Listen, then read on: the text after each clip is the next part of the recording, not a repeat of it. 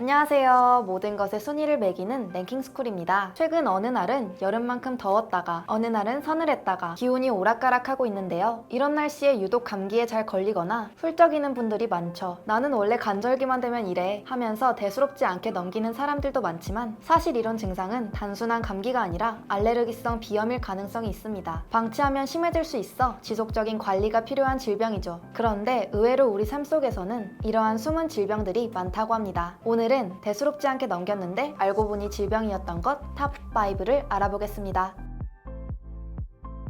5위, 기립성 저혈압.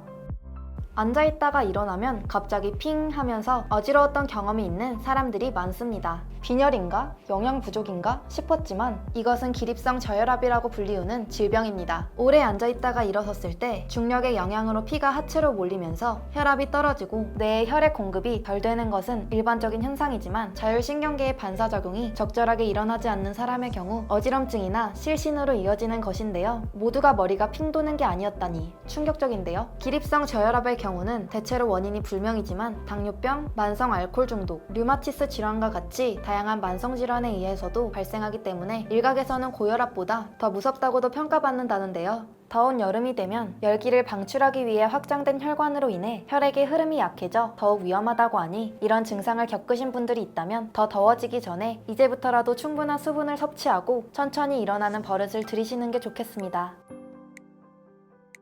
4위, 안면 홍조증.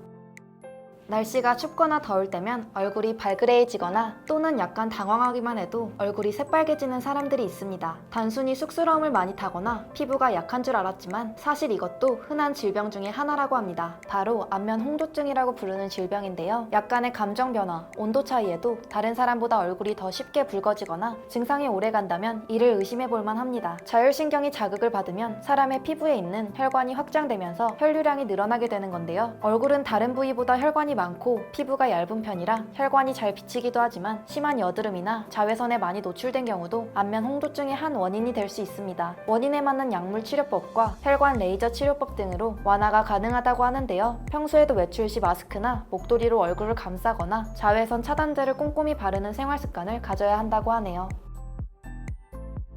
3위, 항공성 중이염.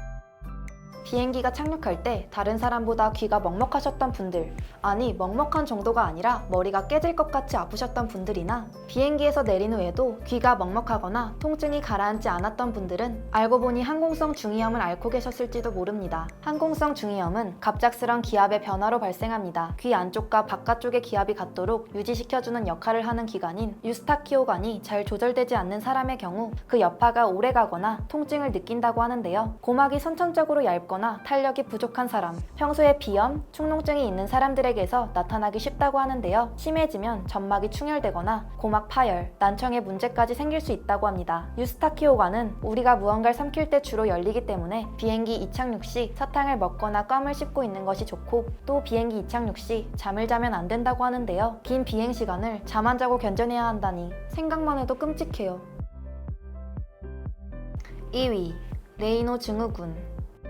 추운 날씨가 되면 유독 손발이 시리고 저린 사람들이 있다고 합니다. 우리가 익히 알고 있는 수족냉증과는 조금 다른데요. 추운 곳으로 나가거나 물에 손발을 담글 때 손발이 저리고 가려운 느낌이 들거나 통증을 느껴본 적이 있으시다면 바로 레이노 증후군을 의심해봐야 합니다. 레이노 증후군은 교감신경계가 과다하게 반응하기 때문에 발생합니다. 추위에 노출되었을 때 말초 혈관이 비정상적으로 수축해 산소 공급이 원활히 되지 않아 손발이 저리거나 통증이 생기는 것이라고 하는데요. 수족냉증과 레이노 증후군을 구별하는 가장 눈에 띄는 증상은 손발의 색깔이 3단계에 거쳐서 변하는 것입니다. 추위에 노출되면 피부가 하얗게 변했다가 산소 농도가 떨어져 파란색이 되고 조금 지나면 다시 혈관이 넓어져 붉은색이 된다고 하는데요. 다행히도 대부분 환자의 증상이 경미하기 때문에 일상생활에서 손발과 전신을 따뜻하게 해주거나 차가운 공기나 물을 가급적으로 피하는 습관을 들이면 나아진다고 하는데요. 물론 심한 경우에는 약물 치료나 교감 신경 절제술을 시행하는 경우도 있다고 합니다. 1위, 미각성 비염.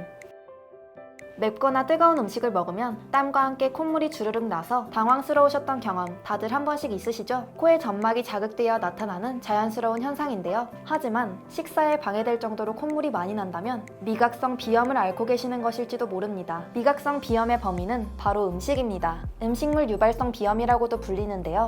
유독 자극적인 음식을 먹었을 때 입천장에 있는 신경이 자극되면서 분비샘에서 콧물이 비정상적으로 많이 분비되는 일종의 질환입니다. 식사가 끝나면 증상이 사라지기 때문에 방치하는 사람들이 많은데요. 내버려두면 음식을 먹을 때뿐만 아니라 평소에도 콧물이 나면서 만성 기침과 비염, 천식으로까지 이어질 수 있다고 합니다. 심해질 경우 전문의 진단을 받아 식사 30분 전에 콧물을 말려주는 비강 분무제를 뿌리거나 코 안에 있는 비정상적인 점막 일부를 태우는 수술적 방법으로 치료를 받아야 한다고 하네요. 일상생활에서 대수롭지 않게 넘겼던 현상들이 하나의 질병일 수도 있다고 하니 혹시 나도?